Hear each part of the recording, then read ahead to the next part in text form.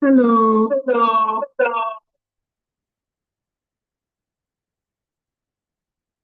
hello, Deborah. How are you? Thank you for joining early. Good afternoon, Ma. Thank you, Good Ma. afternoon. How are you? I'm doing well, Ma. Happy Sunday, Ma. How is work and family? It's fine. It's fine. How about you? I'm How doing is work? good, Ma. Also? Thank you. Thank you for joining early. So, just to ask, I think that it's a very good attitude that you have towards meetings, like joining 10 minutes before time and all. So how did you develop that? Like, is it something that you do everywhere or and how? Why? So actually, Ma, thank you. I'll first of all start by saying thank you. Actually, seriously, I like keeping to time. I respect time a lot. So like I shared, or was it and during the last section that you were asking us that what is that thing that you can do boldly. Even so, during when we set time for rehearsals, because yes, so ensure that I go on time. Like I like to be there even before the event starts. So it's something that I've been doing, and seriously, I really like it a lot. I don't like coming in when an event is already, yeah. So yeah, thank you, Ma.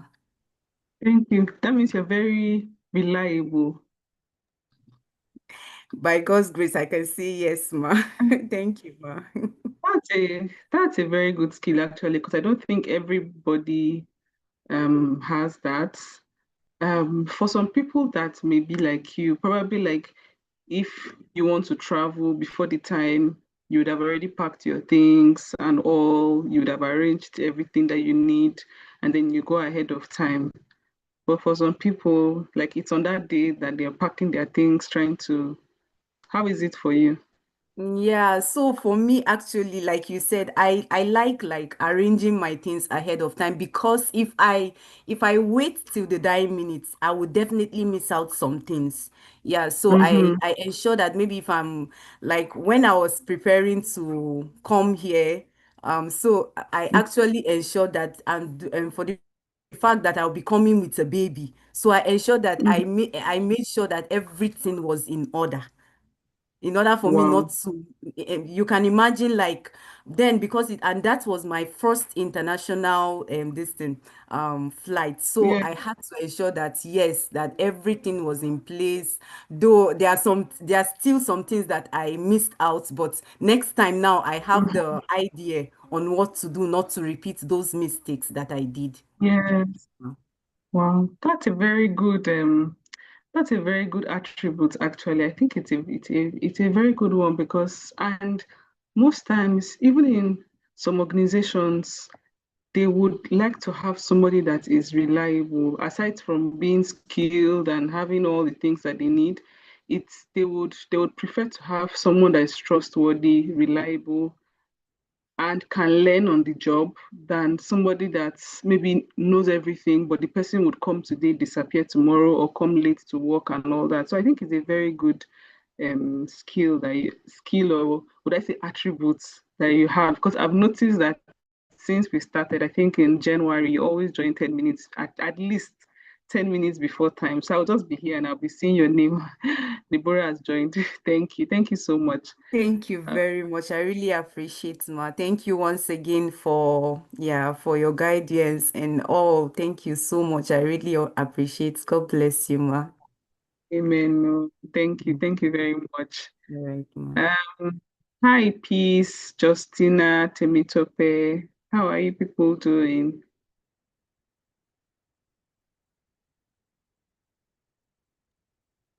I'm fine. Good evening, ma. Good evening, Justina. How far with law school are you done? No, ma, we just resumed from externship. Hey, God, when are you going to be done? November, by God's grace. Thank God. At least it's already closed. It's not far again. Yes, ma. Thank you so much, ma. Yeah, congratulations in advance. Amen. Thank you, Ma. I really appreciate. Thank you. Hello, Good, Peace. e- Hello, Temitope. Peace, good Mary. evening, ma. Okay. Good Good evening, evening. Mary. How are you? I'm fine. Yeah, fine. Where are you based? Lagos. Lagos. Wow. I was in Lagos last week from Tuesday to Saturday. I came back to Abuja Saturday. I came for an IP slash creative event that was organized by the US Embassy. So I was there throughout the week, at least from Tuesday till so I was supposed to come Tuesday, but because of the strike, I think I came Wednesday. So I was there Wednesday, Thursday, Friday, and then I came back on Saturday. So just to know more about you, are you a lawyer or are you a student? I'm a lawyer, ma. And hope you Oh, enjoyed your stay. Hope it was yeah. not giving. Hope it was No, it not was giving stress. no. It wasn't stressful because the place that we used, I think it was in I would I would have to look for the place, but like it was so where I was lodged was not far from the venue. So like from the place I was lodged to the venue was like maybe um 5 to 7 minutes, max 10 minutes. So it wasn't far. So in the morning we'll just go there for the program, we'll eat and then come back. So it was okay. Like I don't think I had that Lagos stress and all because it was Yeah, close. yeah, Yes. okay. But how is practice for you? Yeah, practice is going fine. Okay. What's your own like specialization? Full litigation. Oh, litigation. Nice. How are you finding it? Mm, Interesting and challenging as well. Yeah. Well, like, is it something that you like that you would like to do for a long time? And Do no, you no, no. enjoy it? Oh, Yeah, it's interesting, but it's not something I would love to do for. No, no, okay, it's not something I would love to do for a lifetime. okay. But So it's what just area that, would you like to co- go yeah, into later? corporate commercial and also IP. It's just Okay. like I'm still finding myself here, so I don't know. Yeah, Yeah. pending the time. Yeah, I move. Okay. Well, I think that it's still good that you're getting that litigation background because for some people that don't have it, there's sometimes, like I'll tell you, when I started my job, aside from that, like when you're applying for some roles, sometimes as a lawyer, they usually ask like, do you have litigation experience? Do you know how to file, how to write all those things like that? So I think it's an advantage. Like for me, I didn't really have that. So whenever I apply for some roles, sometimes like that is something that I don't have. And so I have to jump on some roles. And then it's something that I can't even fake that I know.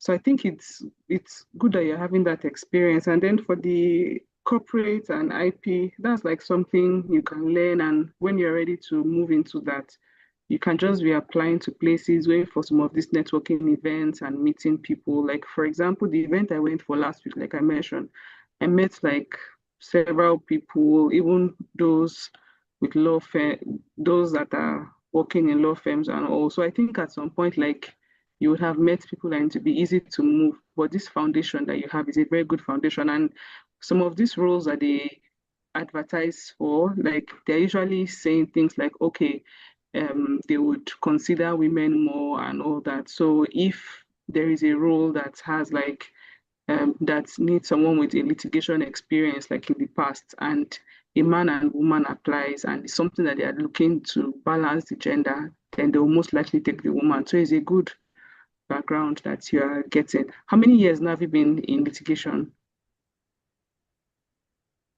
Let's say it.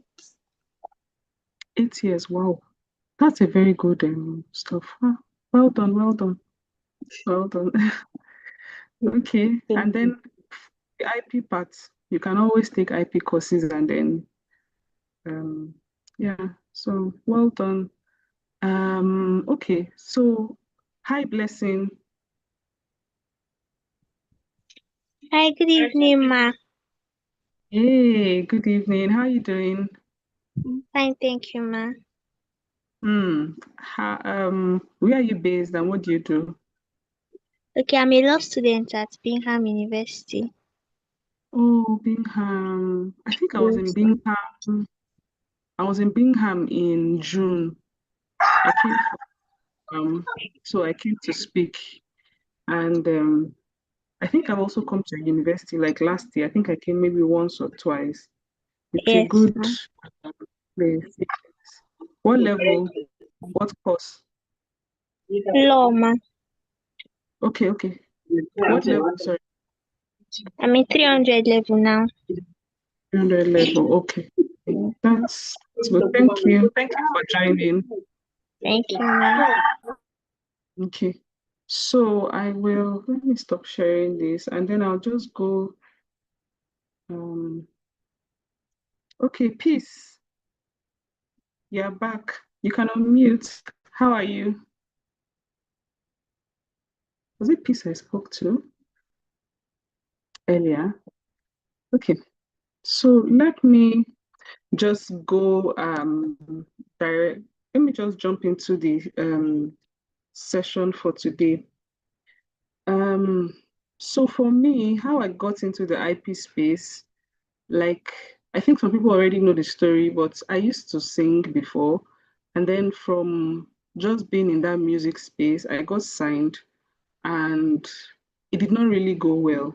So at the point that it did not go well, I thought about it that okay, if as a lawyer I can sign something that I did not really internalize properly or get like the best advice for, I wonder how others would have how others in the industry are going about this. And so I started talking about reading about it first. So as I started reading about like the whole entertainment contract and all that, I now realized that there was something like music business.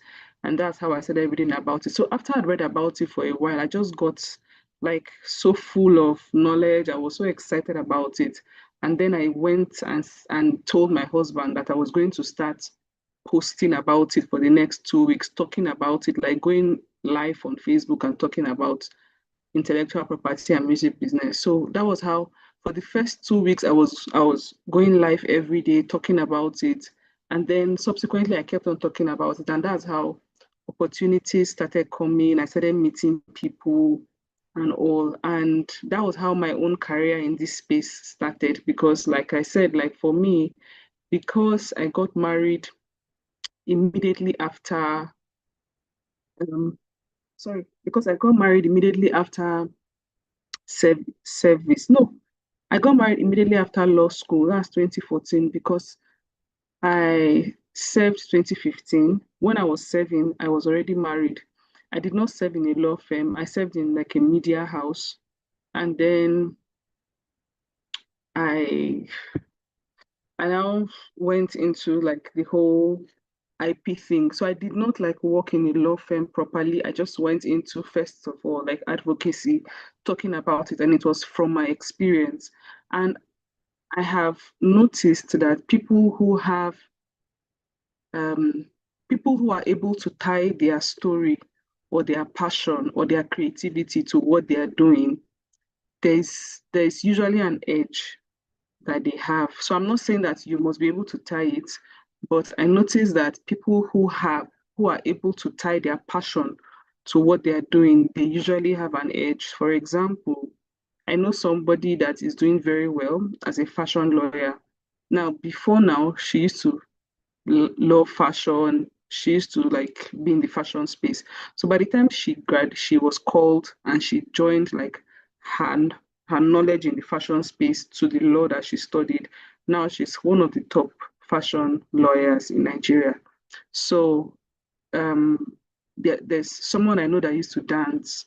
By the time she finished as a lawyer, she was able to even write a book about dancing and law and all that, or the IP in dance and all. There are people who were like in that creative space, movies and all. So it's always, this would not apply to everybody, but I think it like gives an edge to an extent, because like for me, I know that having to be in that music space gave me an advantage when I got into the entertainment law space, because I was able to understand the law and also understand what people go through with their music. And then even getting into the development space now, it's also an edge for me, because when I look at whatever is going on in that space, I can interpret it from an artist perspective, from a music person's perspective, and I can also interpret it from um, I can also interpret it from a lawyer's perspective. So why I'm going through this road is that I'm just saying, don't just discard your passion. There might be a way to tie your passion to what you're studying or to what you're doing, and it might just give you a more creative way to express that thing that you're doing. And sometimes, like when I got my job, part of the advantages that I had at that point when I got offers was that when I did those interviews, even though the interview was like for a corporate role, I started like talking about myself from the fact that I am a creative. I have been in the creative space. This is what I do. This is what I know. And this is how I can bring that creative knowledge into the corporate space. And most times in this corporate space, to be sincere, we have people who are very rigid. We have people who may not be able to be flexible and move a lot because of that corporate nature that they have. So when creatives come into the space, somehow they have a way of thinking outside the box. So the way a normal corporate person may be thinking may just be, okay, write the memo, get approval, do this, do this. But when a creative person comes into the role, they will be thinking about it in a totally different way. And I think for me, that is one of the advantages that I've seen in my own career. Like I always push that story. I always push like the narrative, the story about my creative background.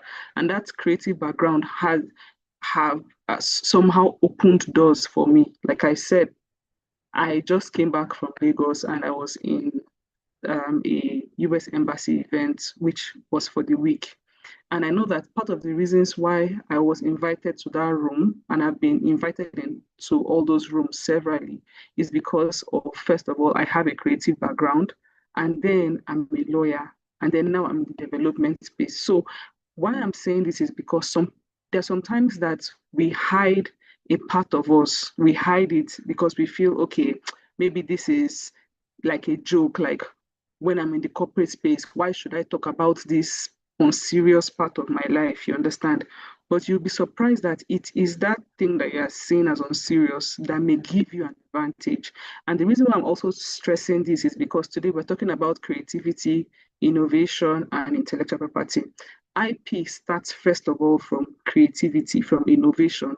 So even in the workplace, you will discover that many people that get to advance even like in the non-traditional part, are people that are entrepreneurs. That's people that can think outside of the box, even in their places of work.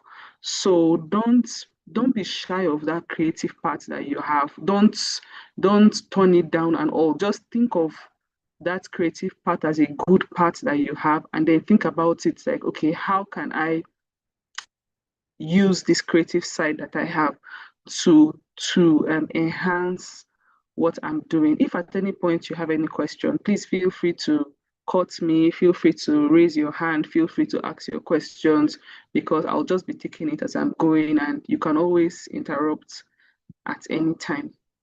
So it's always good to have that. And then there's something I just want to say about creativity and innovation, just as an introduction. don't don't be afraid or ashamed of the ideas that come to you, and don't even be like scared to talk about it or be scared to try it, because sometimes some people they have these ideas and they're like, oh, I think this idea is just it doesn't even mean anything. It's just, a roadside idea. It doesn't have much. But you'd be surprised that it is that thing that looks small that is supposed to open a door for you. But because you're not taking that innovation or that creativity serious, then you miss out on something. So last month I was in Geneva almost throughout the month. And while I was there, somebody came to meet me, and the person was talking to me about something that I'm doing. And the person said, "Do you know that what you're doing now, I had the idea for this thing. I had the idea for this thing, but I just thought that okay, this is how this place is, it's a corporate place and all that. And then you came and now you're doing it." And in my mind, I was like, oh my God, that means since she was there before me and she had this idea before me, if she had jumped on her idea before me, then I would not be doing what I'm doing now because she would have been the one doing it. But possibly she had the idea and she just let it go. You understand? And now I'm there and I also had the idea and now I'm running with the idea. So sometimes I say that ideas are like they just hover in the air. Like they hover in the air, and anybody with the courage to grab it and run with it is the person that will experience the benefits of that stuff.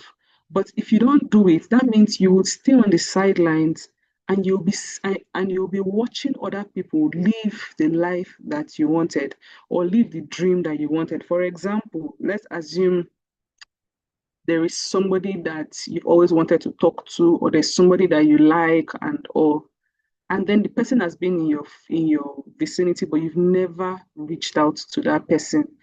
Yet you're looking at the person fraternizing with other people, and you're feeling like, oh, maybe this person is arrogant, the person is not talking to me and all that. But the truth is that you have the opportunity to walk up to the person and introduce yourself, or you have the opportunity to somehow strike a conversation or even eye contact or something to get the person's attention. But sometimes we don't do what we are supposed to do, and then we stay and we watch other people live the lives that we feel that we're supposed to be living. You understand? So whether you find yourself in like an established organization. For example, I think I was talking to somebody and I was like, do you like send creative solutions to your boss and all that? And the person was like, me, I beg, I'm just here to collect my salary, or like I'll collect my salary and I will go. I don't even like I don't have any stuff with this creative solution. Just give me my salary and let me go.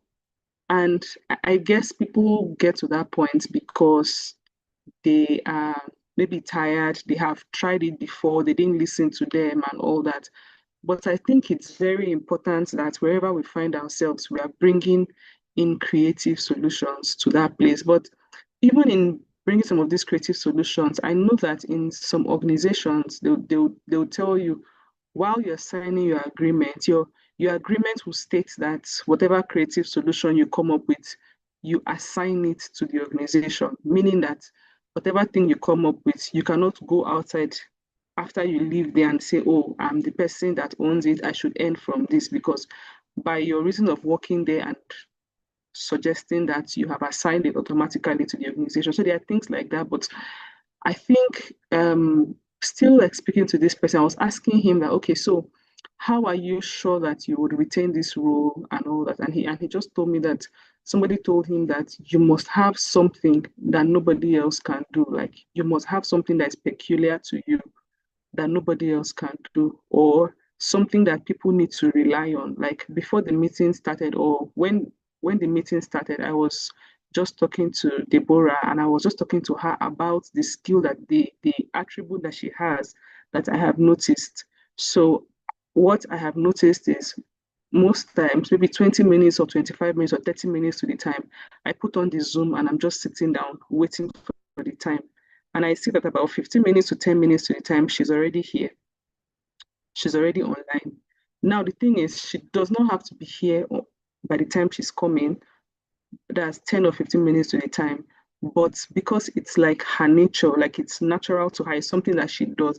That's something that, for example, if she's in an organization her boss or whoever can rely on her that, okay, yes, I have all this stuff, they have different skills, but when it comes to somebody that we can rely on to be available, to be there, competent, blah, blah, blah, she's somebody that you can rely on. Deborah is somebody that you can rely on because of the fact that she takes time in and being on time seriously. So we must always find a way to distinguish ourselves in wherever we find ourselves. There's sometimes that people may be like, oh, I don't like this person's face. I don't even want to be in the same space with this person. But they know that when it comes to certain issues that come up, this person is the only person that can solve the problem. So even if they don't like you, they don't like your face, they will still call you because they need that special thing that you have. So I was speaking to somebody and he is like an architect and a contractor for a major project. And he was just talking about when he was in that project and while he was in a former project. So we asked him that how did he get this current project that he has? And he was saying that he was in a previous project, and while he was in that project, there were some people in that project that had given them a time frame when the project was supposed to be finished. But it was his company and another company. So this other company were were discussing on how to drag the contract that, oh, I don't think we can finish by this time. It's not possible. We have to extend the dates. We have to extend the dates. And he kept telling them that, no, we don't have to extend the date. We've already given our word that we're going to finish on this date. So why should we extend the date? But they just kept saying, no, the time is short, the time is short. So when they finally went to go and meet the person who contracted them, it was his company, that person's company, and the person who contracted them. And then the other people gave their presentation that due to everything that we need to do, we have to extend the date. And then they turned to him and they say, sorry, they now said, what do you think? And he said, I don't think we need to extend the date. And everywhere went like silent. And he was like, I don't think we need to extend the date. If we do this, we can finish on time, on schedule. That's the date that we gave you, we can finish it. And then they said, okay, based on what he has said, we're not extending the date. Do exactly what he has said and finish it. And that was what happened. Everybody was not happy with him. Everybody was not happy with him. They went back, but they did what he said and they finished the project. Now, when they finished the project, everybody went their way. Somebody is sleeping. Sorry. They went, they went, they went their way and everybody was not happy with him. But what happened after that was this other company that he was partnering with was a much bigger company than his company. So now another job came into the city and it was a very big job. And this person that was in charge of this company could not do it. Maybe he had to go somewhere or something. And they asked him, recommend one person that would do this job, that you know that would finish this job. Do you know that he did not recommend somebody from his company? He went to this other company and recommended the person that he was angry with. So he went and recommended the person he was angry with because he knew that even though they had talked to that person to try to extend the date and all, the person stood on their ground to finish the project as at when due. So it's not like he loved the guy or something, but he had a reputation on the line and he needed to pick somebody that he could rely on to complete it. And even though he necessarily did not like the guy, he knew that if I need to pick somebody to take this particular project, I have to pick. And that was how the guy got the brief. You understand? So what I'm just trying to say is, wherever we find ourselves, we must try to be known for something. You understand? Sorry, I haven't looked at the chat since I started. Okay. Peace. Okay. Thank you. I've seen your message, peace. So that's it. So before I go into the main topic for today, I don't know if anybody has any question based on the things I've shared or any contribution before I go into the subsidies.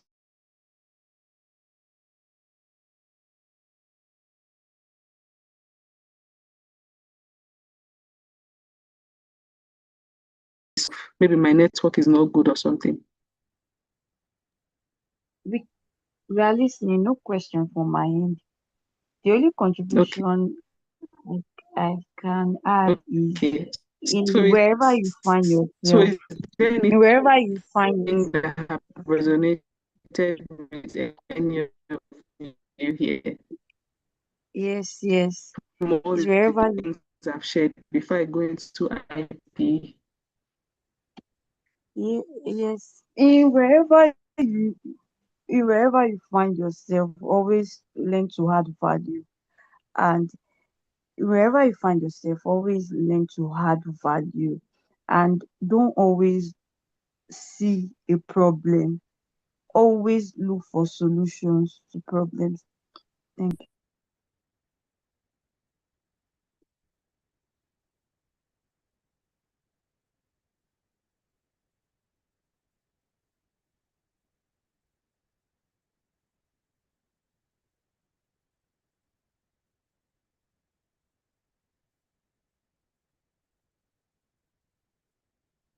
Thank you. Thank you very much, Sharon Temekpe. Do we have any other person that wants to contribute?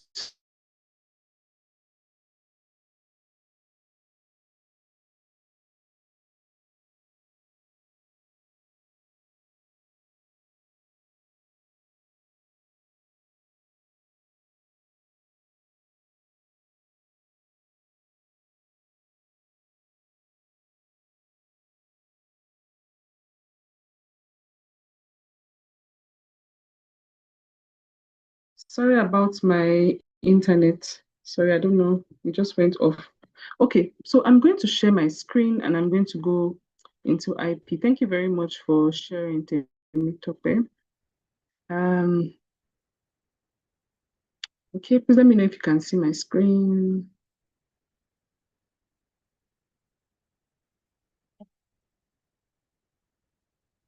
Can you see my screen? you. Yes, we can, ma. Yes, ma. Okay, okay. Thank you, thank you, thank you. All right. So, I think I've given like a brief overview of my life, how I got into the IP space and all, and the importance of um, not being afraid to, don't be afraid to share creative solutions wherever you find yourself. That's like giving value. So generally, intellectual property, which is IP, it refers to the creation of the mind. And like I said, almost every time we have ideas, we have things that come to our mind about how we can make things better. For example, for example, my daughter, when I traveled and I came back, she now told me that she wrote a song for me and she started singing, Mommy, we love you and we know that you're doing well. Mommy, we love you and we know that you're doing well. Welcome, welcome, welcome. Welcome, welcome, welcome. You know the funny thing about it is when I heard it, I was just laughing. I was like, which one is welcome? Like, why? Do you understand? But the fact that she was able to think of something like, it would be nice to write my mother a song, and then she went and wrote the song. It's not as if she used to sing, but she just wanted to do something special. You understand? So, and she is like just 9 years old. So the thing is, many of us grew up like that. Like I remember growing up then, my house, whenever there's no lights, we would just start singing and all that, and then we'll say stories.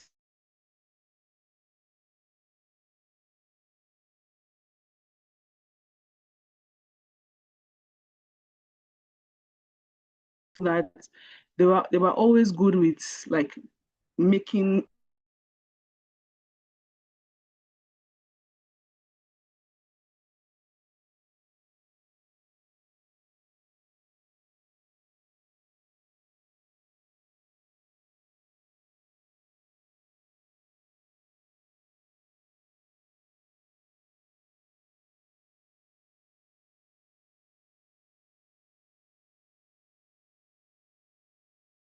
this issue sincerely because I have two internets here. Okay, but I was saying that some of us grew up like that, like with thinking about things to see if I can change the internet. Some of us grew up like that, thinking about things and all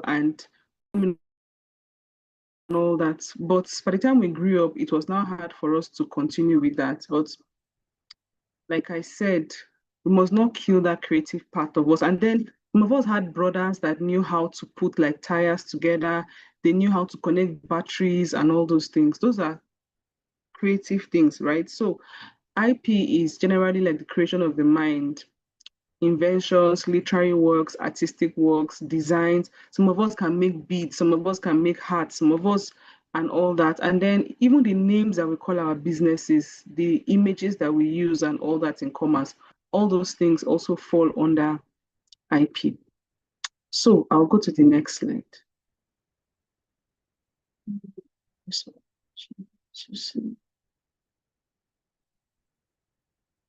So now under IP generally, we have like different forms of IP. We have patents, copyrights, trademarks, and some other ones which I'm still going to talk about. But the major ones that people always talk about is patents, trademarks, copyrights. Those are the main ones. And what they help you do is to help you earn recognition for your work and also help you to benefit financially from your work.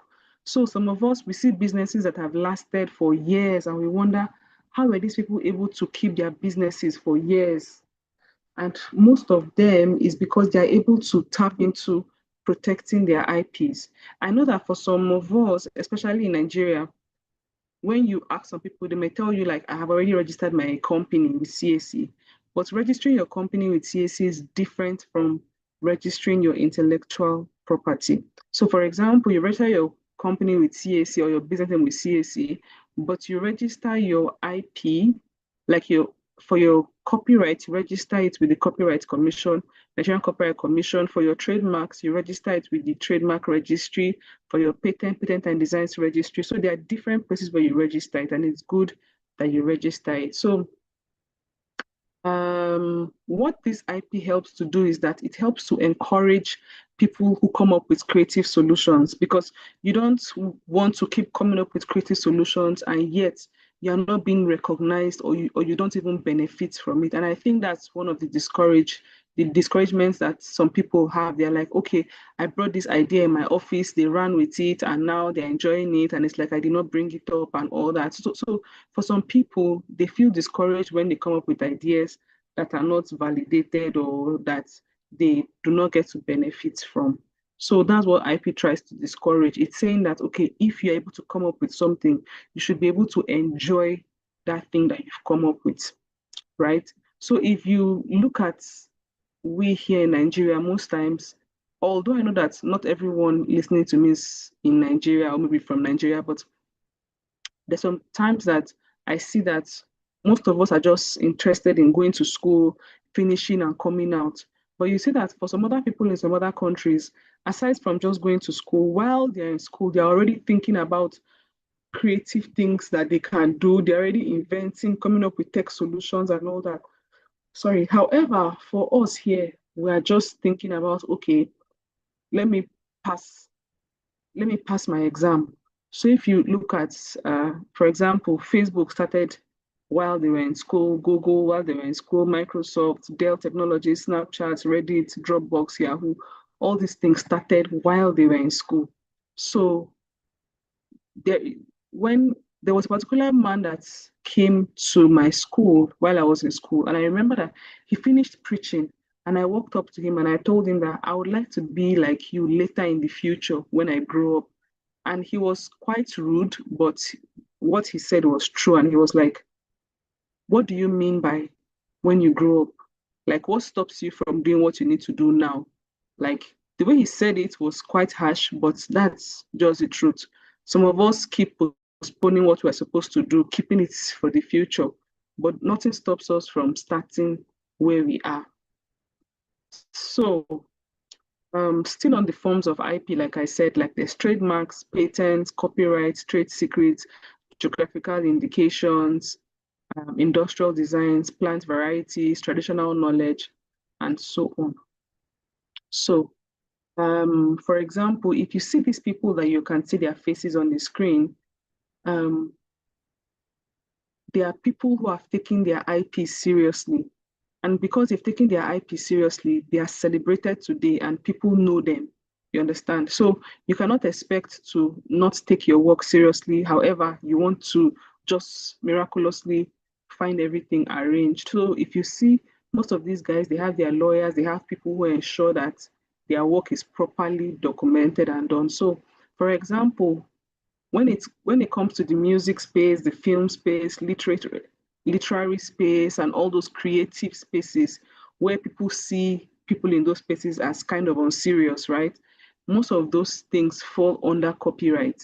And a copyright is a legal term that is used to describe the economic and moral rights that creators have over their literary and artistic work. So if you are somebody who writes, you're somebody who says spoken words and all that, understand that you have IP in that work and you should be able to benefit from that creative work. Now, IP, when it comes to copyright, is divided into two, which is like the economic rights and the moral rights. The economic rights is for you to be able to have a financial reward from your work, meaning that if I write a song, I should enjoy it financial, as in I should get financial reward from my work. And then the moral side of it is not about financial reward. It's just a part that is saying that I should get authorship of that work, meaning that anywhere that that work is being put, they should say this work is from Juliana. So I may write something and I might say, oh, I'm giving it to this person. I'm just dashing you, take it. But that I'm giving it to you does not mean that tomorrow you will now come and say, you're the one who created the work. So you should still say, this work was created by, you call my name. Then you can continue what you want to do. So that authorship, saying that you are the author of the work, that is a moral right. Number two, the right to say that that work should not be changed in a way that will harm your reputation. For example, let's assume that you've come up with a song, it's a love song, everybody loves that song, they've been using it in weddings and all that. All of a sudden, somebody starts a pornographic channel and they want to use your song in the pornographic channel, and now they want to pay you for it. You have the right to say, no, this does not align with my values. I do not want my song connected to pornography. So that falls under moral rights.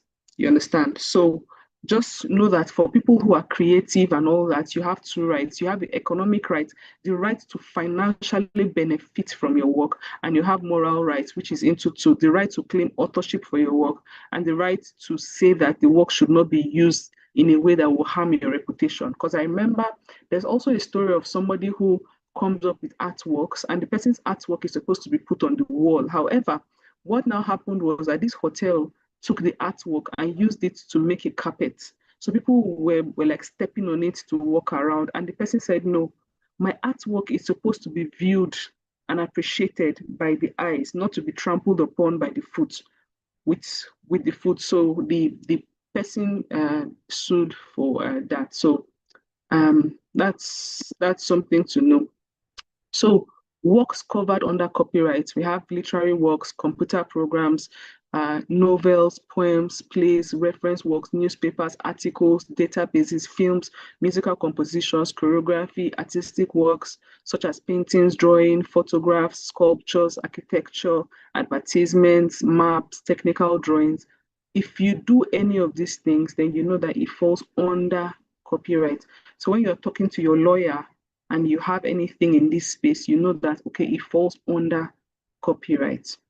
If you have any question at any point, please just let me know. I'll stop. So Taylor Swift that we know about, Taylor Swift has about 300 trademarks, Taylor Swift.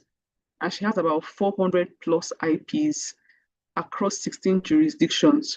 Why would someone like Taylor Swift do that? Because she understands the power of her IP. All right. So there is something called the Berne Convention, and that's like treaties where you have different people from different countries that are signed up to that particular thing, and it's it's like comes up with minimum standards of protection that countries are supposed to abide by, and some countries go above it. So, for example, this Berne Convention states that um, copyright should be automatic.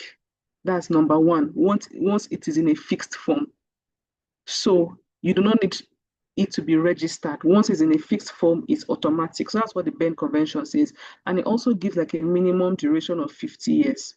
For example, in Nigeria, the duration for literary works and all that, it's even the lifetime and 70 years. So you see that they went above it. So it gives, and most of the countries that we know are signatories to this Berne Convention. So that means when you create a work, for example, in Nigeria, it should be respected in other countries that are signatories to this convention. Now, it's also good to know that copyright does not protect the your ideas, but it protects the expression of your ideas. So I usually do this example, but I'm not going to do it now. Like when you ask people to say a story, if I say, for example, those that are in Nigeria, if I say you should say a story of how Tinubu met his wife, everybody would say the story like a fiction story in different ways. So what IP is going to protect is your own way of expressing your own ideas. Because sometimes like people get confused, like, oh, I wrote about a soldier fell in love with a like an orange seller and somebody else writing about it. The same thing. No. What copyright to protect is your expression. So you must understand that depending on the country that you find yourself, there's some countries that you don't even need to register at all. In Nigeria, it's voluntary. They still advise that you can voluntarily register your work in Nigeria. And the reason is so that if anybody infringes on your work, you can have proof to say, okay, I have this. There was a time that I was doing like a pro bono stuff, and somebody brought an issue. She was in the university, and she had written like a collection of poems, and she showed one of the poems, I think, to her friend, not knowing that her friend knew how to, like all kind of people that had photographic memory. So her friend was able to digest the poem within that time, and the friend went ahead to publish that poem, and that poem went ahead to do well. Now, the issue was, I think, based on her movements in school and all that, maybe she could not really trace where the original stuff was, and she could not prove that she was the one that showed that girl the poem. You understand? So that's what happens sometimes. Let's assume you write something and then you show it to somebody, something happens in your house, water scatters all your things and all that. And then the person that you showed it to goes ahead to use your stuff for a movie. You will talk tire because you cannot prove that you're the one that showed your friend that thing. You understand? So that's why they encourage people to still register. Even though once you put your work in a fixed form, you automatically have your copyright, but they still encourage people to go ahead and register so that in case of infringement, you can have something to prove. Plus, even if you want to assign your work, which is like to transfer your work, most times they would insist that it should be in writing and that it should be done legally that way. So the duration of copyright generally, for example, like I said, musical works, literary works, and all that is for your lifetime, as long as you're alive, and 70 years after. So that's the reason why, even though Michael Jackson is dead, Whitney Houston is dead, they can still continue benefiting from their work. I think Michael Jackson's work was sold for like in billions, just a part of his work. Why? Even though he's dead, they are still selling his catalog for billions. Why? Because it will continue to have value till 70 years after. After that, it goes into public domain. Anybody can now use Michael Jackson's work. But as long as 70 years has not reached, if you want to use his work, lawyers will come after you. And then for some other works like sound recording, it's for 50 years from the time it was first published. So these are some things that you may need to have in mind. A trademark. So do we have any question about copyright before I continue? Do we have any question about copyright before I move to trademark? Any question about copyright? Okay, so I'll just go ahead to trademark. A trademark is like a sign that's capable of, okay, I can see something in chat. Let me check. Okay, well understood. Perfect. So a trademark generally is a sign that's capable of distinguishing one good from another good, or goods or services from one enterprise to another enterprise. For example, why do our parents call us names like, okay, now me, I was called Juliana, my younger ones were called different names. Why didn't they just leave us and be calling us you understand? But instead, they gave us names so that they can distinguish one child from another child. So that's how it is for trademarks and for all the IPs that we have. It's to distinguish one business from another business. So if you look at this stuff now, you can see different brands. You can see Yahoo, you can see Adidas, BBC, CNN, Walmart. It's not specialized for any particular. You can use it in any kind of business, any kind of good. You can see some of the stuff here are cars, some are food, some are news stations and all that. So as long as, so this is Puma, we have Adidas that is being used for shoes and sportswears and all those things like that. So once you have any products that you want to stand the test of time, you should be thinking about giving it a unique name, right? So what does this have? What does this do for you? It gives you exclusive right to use that registered trademarks. So for this trademark, it can be a word, it can be a letter, it can be numbers, it can be drawings, it can be symbols, shapes, and all that. And there's something that I'll just say here. It has to be distinctive in the sense that you cannot just, for example, if you see Apple now, Apple is the name of a laptop, but you cannot want to be selling Apple and you want to name your trademark Apple. It will not be granted because that name describes what you are selling. So that's why it's even better to get a name that is totally different from what you're doing. For example, somebody wanted to make a laptop and they named their laptop Apple. Apple is a fruit, but they named their laptop Apple, so it will fly. You understand? So when you are thinking of a trademark for your business, if you want to do a trademark, be thinking of special names, unique names, not names that would describe your business. All right. Now, how can you protect your trademark? You can protect it nationally, you can protect it regionally, you can protect it internationally. So if you're protecting it nationally, that means you're protecting it just in your country. If you're protecting it regionally, that means you're protecting it, for example, in French-speaking African countries, that's OAPI, there's a way you can register it there. In English-speaking African countries, there's ARIPO, there's the EU and all that. So those are regional.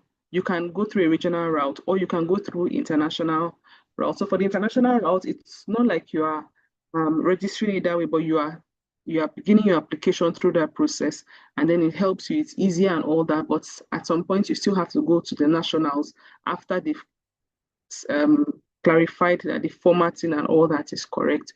So that's the way to go about it if you want to do your trademarks. And for trademarks, just to mention, it is territorial, meaning that if you register your trademark in Nigeria and you want to expand your business to the UK, you have to register it in the UK. And also just understand that trademark has 45 classes, meaning that if you're into education, you protect your trademark in the education space. If you are into clothes, you protect your trademark in class 25. If you're into entertainment, education, cultural activities, sports, that's class 41. You understand? So it depends on what you want to do. You choose the class. But for some big companies that have the money, they register it in all the 45 classes. So the duration, if you are doing it internationally through the WIPO system, so it's 10 years and you renew like that. But in Nigeria, for example, so you do it 7 years and then you continue renewing 14 years, 14 years. But there's something you should know that trademark has a possibility of being used forever and ever, like infinity, as long as you keep renewing it. Unlike copyrights that last for the lifetime and 70 years after, for trademark, you can use it as long as you want to use it. And it would not go as long as you are renewing it. So that's something to keep in mind. So for patent is an exclusive. So do we have any question for trademark? If you have any question, please just put it in the chat or raise your hand and I would call you to ask your question. So for patent is an exclusive right that is granted for an invention such as a product or a process. and it is a new way of doing something, or where you offer a technical solution to a problem, or when you improve on something. For example, there was a point where people were using bicycles. There was a point that people said they used where it was improved upon. There was a point. So all the things that we're using now, when it started, that was not how it's when it was initially invented, that was not how it was, but people kept improving on it. So some people, they come up with entirely innovative solution that is totally new, it has never been seen upon the earth, while some people, they just improve upon what has already been done, and then they patent that improvement.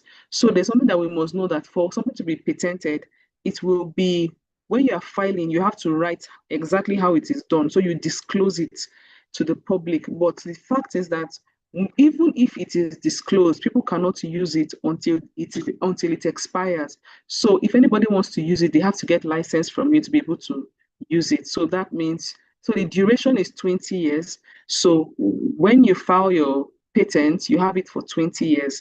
And then after that 20 years, it goes into public domain, so anybody can use it. So for example, if you want to come up with stuff now, you can just go and research about things that have already expired, and then you can work on it without paying anybody for it. But if it is still under that 20 years mark, then you have to wait.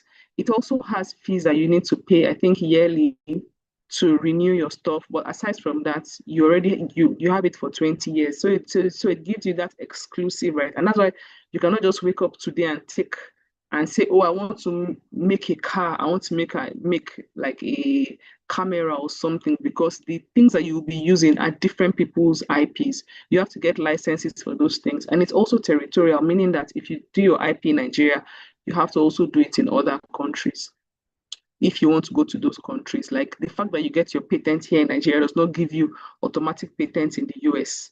So some of the conditions that you must meet before you can file your patent is, number one, it has to be novel, meaning that it has to be something that is new, something that has not been seen, right? Then it has to have an inventive step or non-obviousness. So not being obviously deduced by a person having an ordinary skill in the field. So you cannot say that that is a patent, yet anybody that is in that space can just even do it. So it's not even new at all. It, it has to be something that is above what something that that anybody in the field can just do. And then it has to be capable of industrial application, meaning that it has to be able to be replicated, to be done industrially, to be multiplied industrially, right? So, like I said, it's going to be disclosed. So I'm going to move to the next one.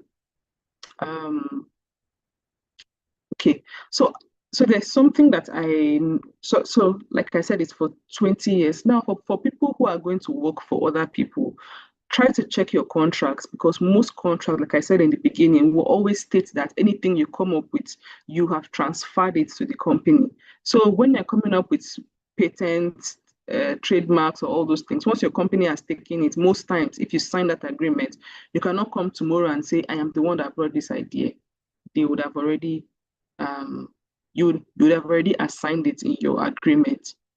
However, if there's something that you worked on your own independently at home, then it may not be for the company. But if you use the company's resources and all that to come up with something, they can lay a claim to it.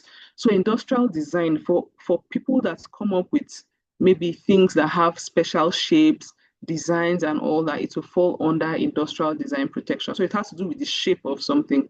If you can look at these cars, they all have different types of shapes, right? So what industrial design will protect is the way it looks, not the technical function of it. So the functions in it and all that will be protected by patent, but the shape of it will be protected by industrial design. And usually it's renewed 555. So for a maximum of 15 years, right? So you can see this is a special shape of a bag. See all this soap and all these things here, they have special shapes. And that's why you look at even your bottle water. The shape of one bottle water will be different from the shape of another bottle water. The shape of a phone, can be different from the shape of another one. The shape of your cars will be different and all that. So those are intentional things that people put. Even the shape of Coca-Cola is different from the shape of Pepsi. So all those things are not a mistake, they are intentional. So when you are building businesses, those are some of the things that you have to keep in mind. It's also territorial, meaning that if you register it in Nigeria, you do not have automatic protection in another country. If you're going to another country, you have to register it in that country. So for trade secrets, we see a lot of these kind of issues on social media where people say, oh, I brought in a staff to my company. After bringing in the staff, before you know what happened, the staff took all my clients' stuff, took this, all my customers, my suppliers, and all that. So a trade secret is the right to confidential information that is valuable in your commercial activity.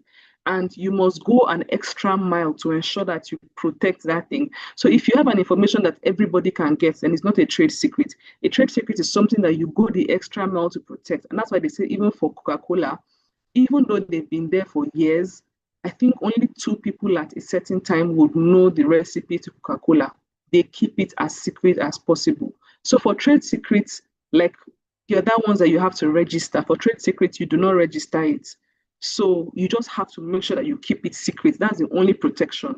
You have to keep it secret. And even if you're keeping it secret and some other people on their own, if they come up with the same thing for it, or they reverse engineer it and they get the same thing, they are not infringing on your rights because that is how it is. The only way that somebody will be held liable for your trade secret is if maybe they came to you and they stole it, or they came to you to work for you and then they took it and sold it to somebody else. Yes, but if somebody on their own just take Coca-Cola, go to the lab, reverse engineer it and start selling it, they're not infringing on Coca-Cola, and that's why we have like Pepsi. Pepsi tastes close to Coca-Cola, but they're not infringing on their rights because the protection that they have for Coke is trade secrets. Now, for different IP, for a particular product, you can have several types of IPs. So if you look at this Coca-Cola now, the shape of Coca-Cola is an industrial design, right? The logo and the name of Coca-Cola is a trade secret. What is inside Coca-Cola? So sorry, the name of Coca-Cola here and all that is a trademark. The if as in you buy like the whole box and you have like manuals, those manuals are protected by copyright. What is inside is protected by trade secrets, you understand? So for example, if I go back to maybe a car now, for this car now, the shape of the car is an industrial design protection. The name of the car is a trademark. If there is any know-how to how they made the car that is not told, that's a trade secret. If there is a manual, that's a copyright. So you see that in just one particular work, you have different forms of IP that will show up there. Okay, so I'm beginning to round up.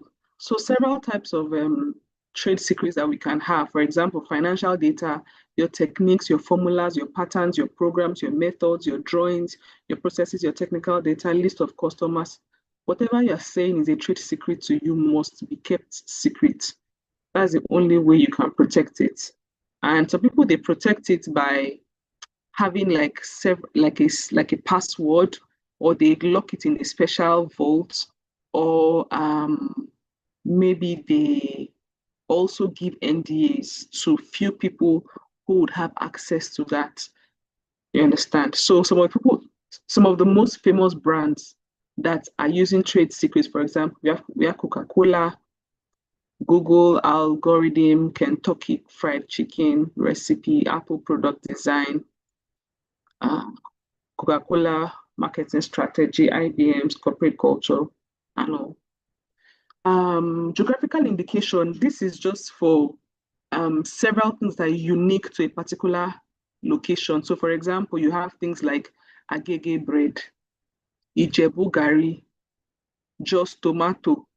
You understand? Anything that before you call it, you are calling the place that it came from. You have champagne is from the Champagne region. So there are certain things that are peculiar to a particular place. All those things are called geographical indication. So how can people protect this?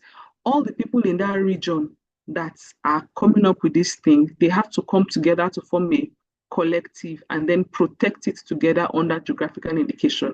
The advantage of this is that they can easily export it at a premium price than if they are just doing it one by one. Imagine if there is an association that have protected that Ijebu. Let's assume that they are exporting it for, let's assume, $20.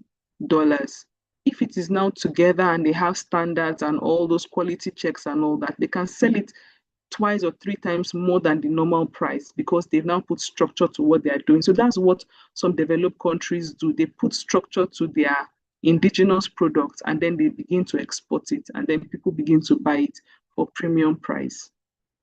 So you can think of where you are from and then you can think of, okay, what are some of the things that are unique to where I'm from? You see, and how can they benefit from this? So that's geographical indication. For some countries, they have, see the Swiss brand of wristwatch. For some countries, they have special laws that protect it. While in some countries that don't have special laws, they use collective or certification marks to protect it, which is under the trademark this thing. So why should you protect your business with IP? One, it safeguards your new inventions, your brand, your protection. It protects your logo, your trademarks, and all.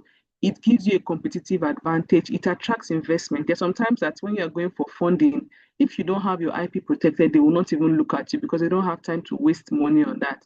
So it supports expansion into new markets, especially when you're thinking of exporting, you must ensure that you are not infringing on anybody's rights in that country. If not, you would waste your money because by the time you go and you infringe on somebody's right, they will sue you, and everything that you even make, you will have to spend it on lawsuits. So it increases your business valuation. It encourages creativity and innovation. You understand because you would have protected your work, so you'll be encouraged to do that. So it secures customers' trust and loyalty because now they know your brand. For example, some of us go to shops to buy things and we trust a particular brand. That's because they have their IP and they've protected their work and they have goodwill to their work. It prevents counterfeiting because sometimes like you can look at something, maybe you want to buy like an Adidas and then you check and the logo is different. You're like, okay, this is a counterfeit. So it strengthens your negotiation power and it helps you to generate additional revenue streams when you do it the right way, right? So those are just some of the things that you enjoy. So for this particular presentation, that is where I would stop for that particular one. I had a second one, but I'm just going to show you, and if there's any important thing in that, I will just touch on it. But let me see.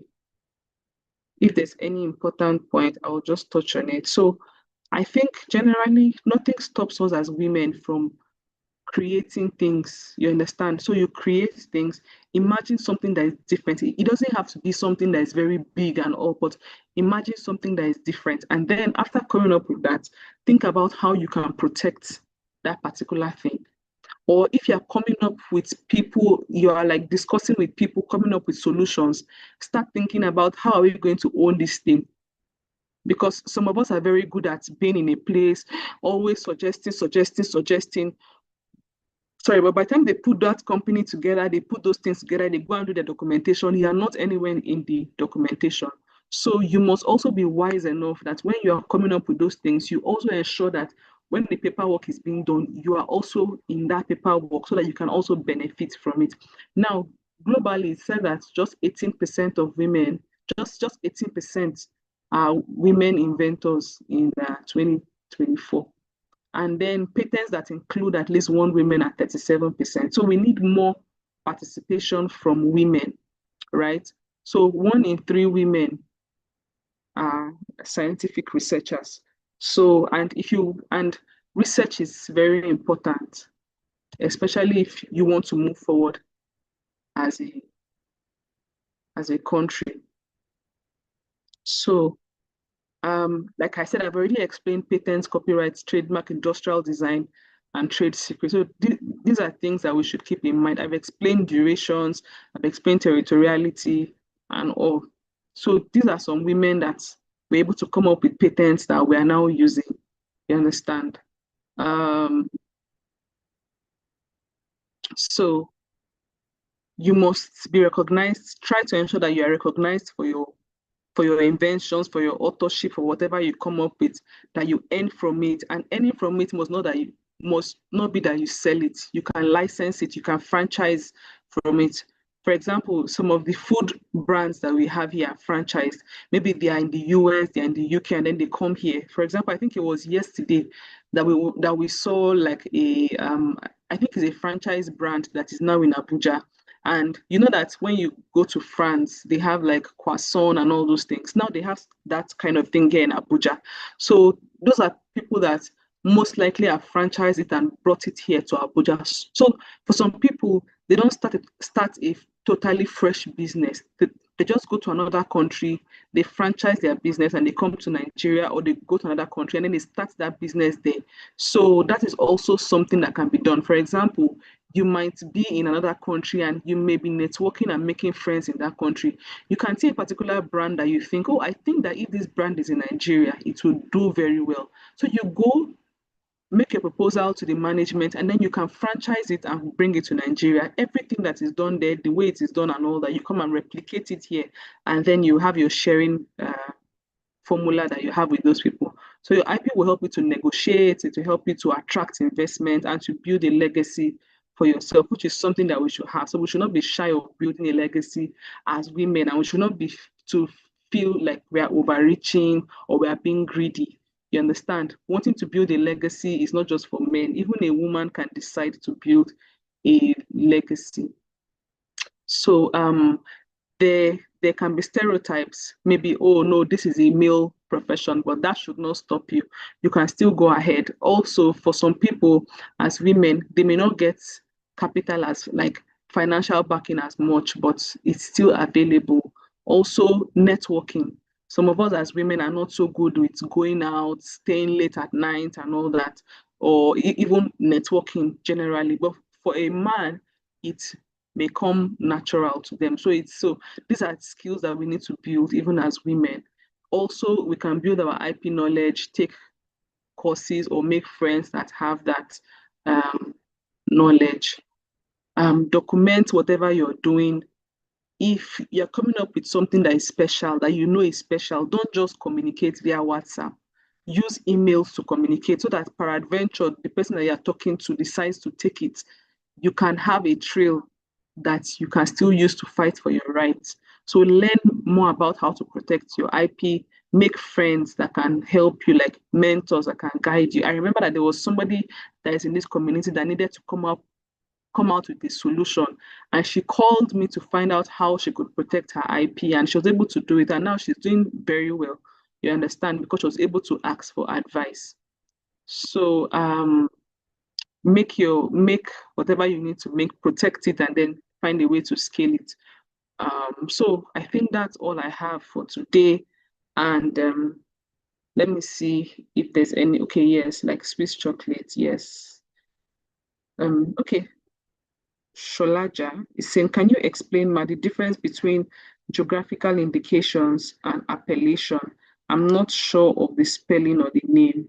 So geographical indication and appellation are very close. They are almost the same. I can send you, you can send me an email and I can send you materials on that. I would not want to mix it for you, but I know that there are some that are just like, okay, maybe this thing is being made here and all that. And then there are some that are specific to that region and also that's, but but they are very close and they're usually used interchangeably. But I know that there is a slight difference in both of them, but I'm not going to go into that so I don't give you a wrong interpretation. But if it's okay for you, you can send me an email and I can forward it to you, yes. But I know that it's just a slight difference between the two. Yes, thank you very much for that question. Do we have any other question? And the question that you need to ask must not be on this if maybe this one does not apply to you now, because you know that there are sometimes that somebody talks about something and that thing does not apply to you at that point. You understand? If it doesn't apply to you, it doesn't apply to you. At some point in life, it may apply to you, but for now, it may not apply to you. So So peradventure, everything that we've said today does not apply to you. It's still fine. Just keep it in mind.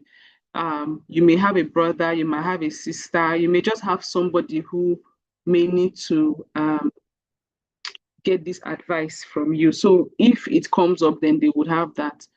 But if you have any other question apart from what we've talked about today, or what we've talked about today, or you have any comments, or you have anything, this is the right time to talk about it. Let's give ourselves the next 5-10 minutes and then we'll close for today.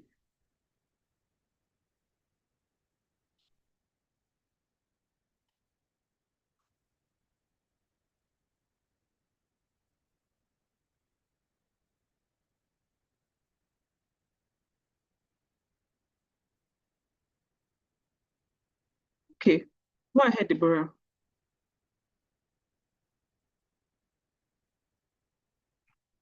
You can unmute, Deborah. Thank you, Ma. Please kindly confirm if you can hear me. Yes, I can hear you. Okay. Good evening, everyone. Please, I would just like to ask a question concerning the copyright. So Mm, I came from a family that we are opportune and God blessed us, like especially my elder brother. Like for now, he has over more than, let me say, like more than 500 songs. Like he has the mm, gift of writing songs. So and yes.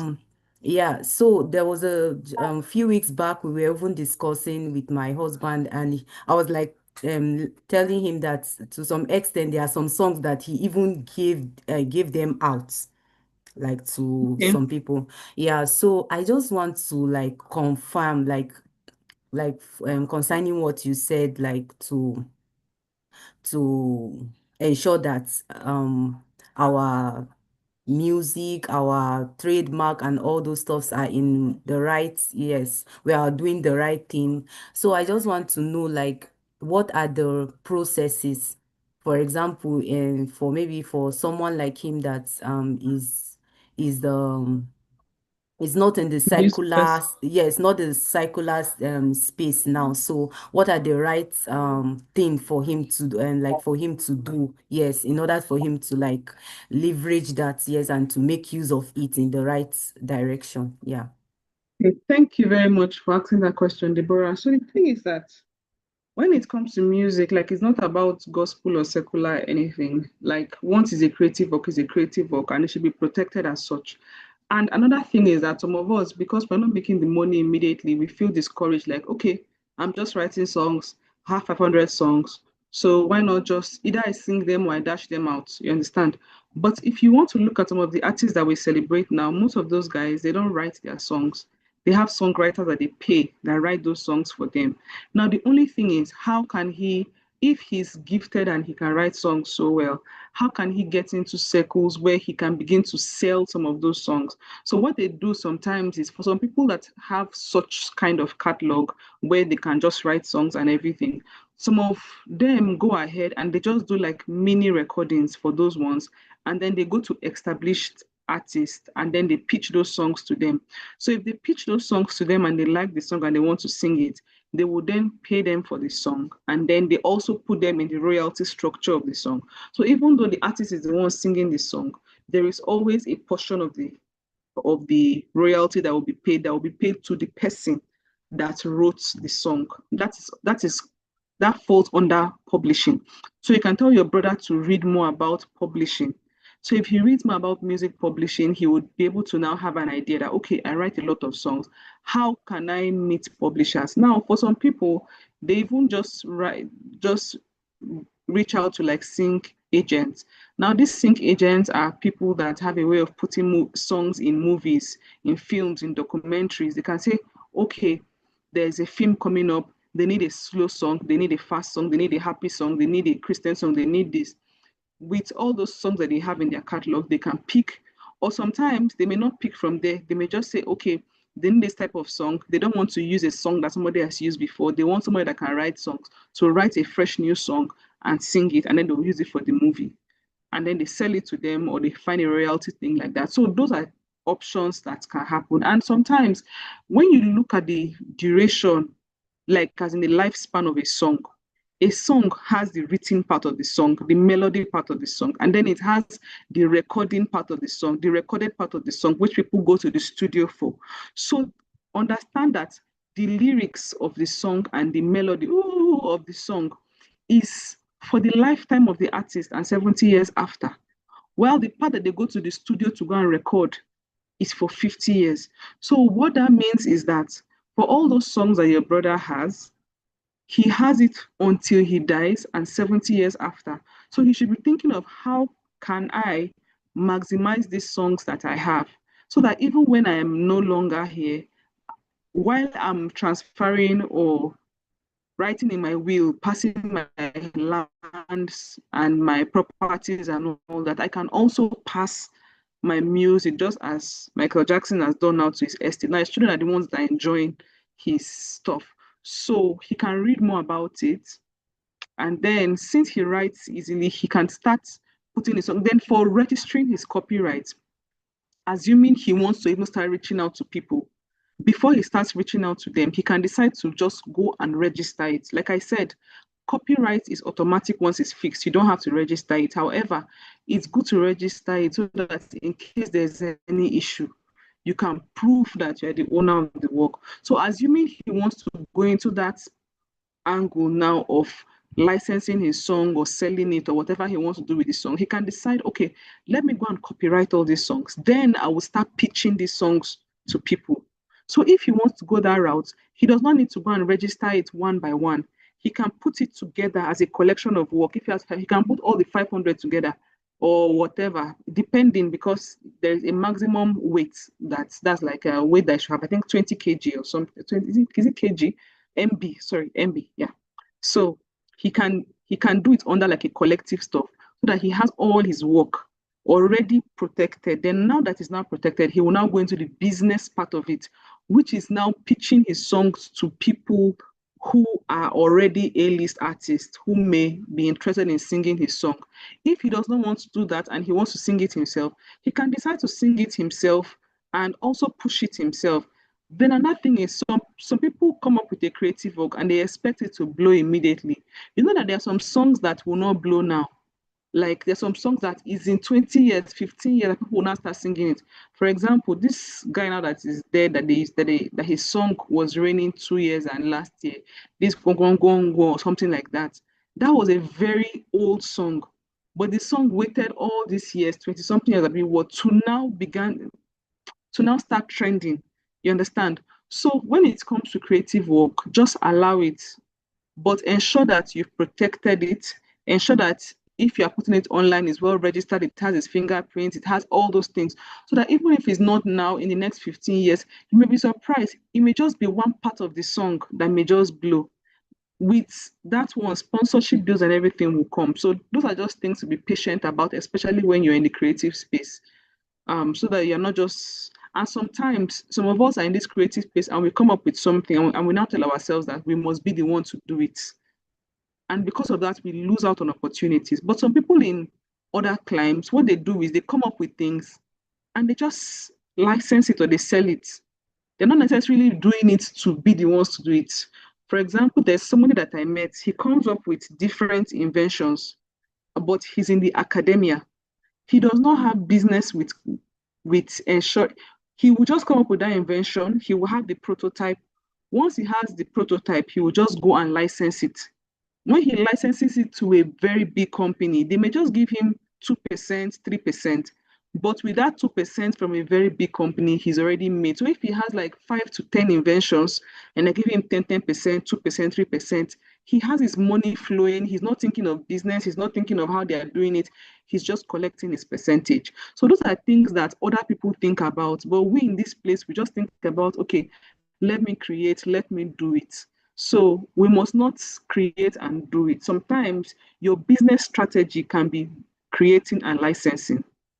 You understand? Because there was somebody else that I met and he said that he came up, he's even a Nigerian, and he said that he came up with an invention for foldable scale, meaning that for people who like to check their weight, it's just like a paper something. It's a very light stuff. You can fold it, put it in your bag, but once you come, you climb on it, it tells you your weight. So for that kind of thing now, like he's a professional, he's a lawyer, he does not want to do it. He just wants to license it and move on. You understand? So once he's able to license it, people will be paying him for it and he'll be going to court like a normal person. But when you're seeing him driving expensive cars, you'll be saying, oh, what type of practice does he have that is making money? But is that invention that he has? But the invention he's not inventing to now be doing it business. No, he's inventing to license. So we must think about the value chain of all these things so that we don't just come up with different creative solutions and think that we must do. Because the truth is that our lifetime is not enough for us to do everything that God keeps placing in our minds. So thank you. I hope I've answered your question, Deborah. Yes, ma. Thank you very much, ma. Thank you. And for him to protect his work, he can just that's so if he's in Nigeria, he can just go to the Nigerian Copyright Commission's website. There is an e-registration platform. He can register it by himself, or he can get a lawyer to register it for him. So anyone will be fine. Do we have any other question before we go? Any other question in the chat or any other comment? Okay. Justina says, thank you, Ma, for this amazing session. I love the challenge at the end. Please, where do we start from in building the gap between male and female inventors, considering how inventions can be technical and complicated? So I think that when it comes to like bridging this gap, nobody's saying that we should do something totally out of character. But when ideas come to us, we should not be afraid to test it. So for some people, you are naturally a person that comes up with inventions. Like you're good with tinkering with things, coming up with numbers. And for example, let me just give an example. My daughter knows numbers in a way that I don't know, in a sense that you can call out a number now. Maybe you call it, for example, let's just say in like December, there was somewhere that we went to. And when we went to that place, so it was an Airbnb. So the manager of the place came into the place and just said, okay, this is the password for the internet. Maybe 5678 AB, small letter B, small letter A, this letter this. He told me, he said it over and over and then he left. Do you know that I could not remember? So when my siblings came and they were supposed to use the internet, they were asking me, I said, God, where did I write this thing? I cannot remember. And it's already midnight. I cannot go and start looking for the manager. But I now remember that my daughter was there. Do you know that I woke my daughter up from sleep? From sleep, I woke up, I just said, Kashmel, please, can you help me put in the password for Auntie? And from sleep, she just woke up. She just put this, small letter, this, big letter, this letter, this. She just put it, and then she lay down and continued sleeping. So this one now comes not like it's not as if she's thinking about it. It's just something that is natural to her. So for her now, coming up with solutions that have to do with like numbers and all these things and blah blah blah, it will just come natural to her. Now the limitation is for some of us that are women. When this idea comes, instead of us to now push the idea into a business field, we just be like, it's just an idea, beg, we even blah blah blah blah blah, and then we leave it and it just goes. But if it's a man that comes up with it, for example, see this solution that I'm talking about checking of weights. This is something that women are obsessed about. Women are obsessed about our weights, right? Women. But the person that came up with this solution now that I'm telling you about is a man, is a lawyer, and is a man. And I was shocked. I was like, you are a lawyer and you came up with this solution. But he was like, I like checking my weight. And I just thought, okay, if I want to travel, I have to be getting heavy weights, like all these things, and it's hard to carry. So I was thinking, is there a way I can get something that is light, that can enter my bag, and I can check my weights and everything? So it was just from his own problem that he just thought, okay, let me try and see if I can come up with it. He came up with this, he got funding for it, and that was just it. So I think when it comes to closing the gap, it's just for us to trust our ideas and trust the process. When you come up to a place where there's a roadblock, you ask yourself, is there something that can be done? When you come up with a solution, don't be afraid to say, okay, let me just leave it. you push it and then you see that it will definitely come. And then for the funding and all, now there is more funding for even women, and their fundings are specifically for women self. So it's even easier for us to get things like that. So I think the gap is just for us to, it's like a mindset thing for some of us that are creative. Like even if you want to look at, for example, um Ebony Life, it's owned by a woman. Jennifer's Diary, it's a woman. So you see that even in the creative space, we have women that are doing amazing things, coming up with movies and all that. Omoni Oboli, she's a woman. These are women that are making names in the creative space when it comes to movies. Even in music, we have women that are also there and everything. Although for women in music and all this creative space, sometimes there are limitations because by the time they are getting married, they'll start giving birth, all those things. Because I remember when I first started singing and I was supposed to get married, the person that signed me was like, I should not get married. You understand? Because they feel that once women get married, somehow they leave the music. And truly, when I got married, I started giving birth and all that. So I'm not really doing music like that again. So sometimes people are afraid to invest in women because number one, they get married, they start giving birth to children, and sometimes they now see that they have emotional issues, tantrums, and all those things. Because I was talking to a woman who is a manager for musicians, like music artists, and she was saying that it's easier for her to manage men than women because sometimes they get angry, they're having their period, they say stomach pain, they have to do makeup, they have to do this and all that. But for men, like it's easier for them to go. So there's some things that hinder people from actually wanting to work with women. And so it can reduce some things. However, like it's still good to push. So, like I said, if you're naturally technical and you're good with chemicals and all those things, you can easily come up with solutions with in physics, chemistry, and all those things. If you are more of a creative person, you come up with music, films, and all. So nothing stops us from coming up with things as long as we understand the creative process and we understand the business part of it. You understand? Thank you. Do we have any other question or comments before we go? Okay, while we're waiting for questions and comments, if we don't, please let's just put our videos on if we can, so I can take a screenshot.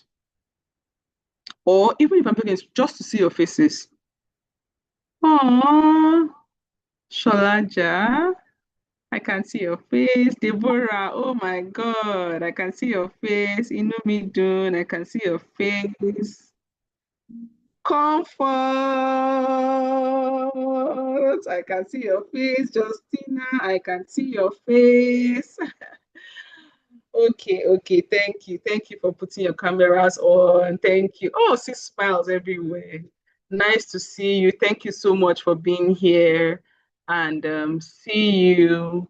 Oh, hello. How are you?